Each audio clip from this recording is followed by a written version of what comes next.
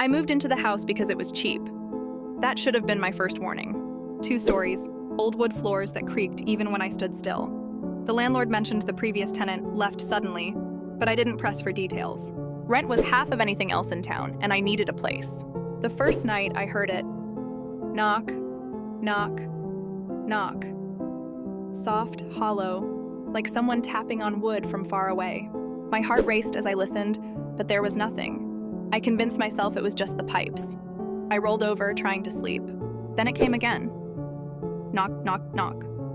Closer this time. Not from the door or window, but from the wall behind my bed. I pressed my ear to the plaster, silence enveloping me. I even knocked back, feeling foolish. Nothing answered. The next night, it happened again. 3 knocks. Always 3.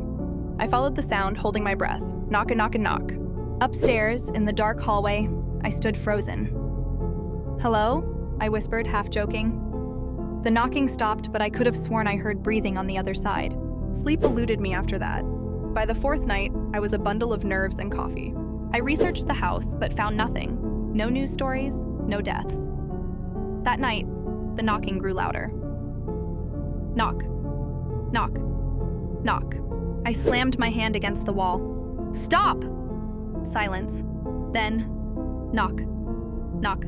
Knock. Right behind my hand. I stumbled back. That wasn't pipes. That was a reply. The next morning, I armed myself with a stud finder and a thermal camera. I needed proof it was just animals.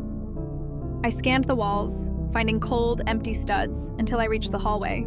There, between 2 beams, a shape. Long, vertical, about the size of a person. I laughed nervously, but then it shifted. Inside the wall. That night, I stood in the hallway with a hammer staring at the spot.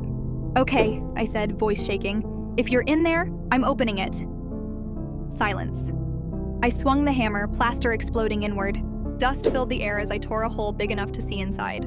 There was a narrow space between the walls, and in that space, a small wooden door, old, scratched with 3 deep dents, like someone had been knocking, from the inside.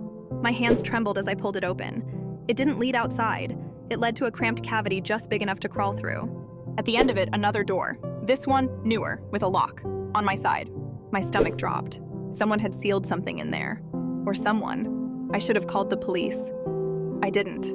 I unlocked it. The door creaked open into a tiny hidden room.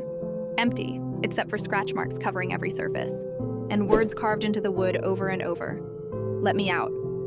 It's dark. It knows when you sleep." My breath fogged in the cold air. I backed away slowly. That's when I noticed the mirror.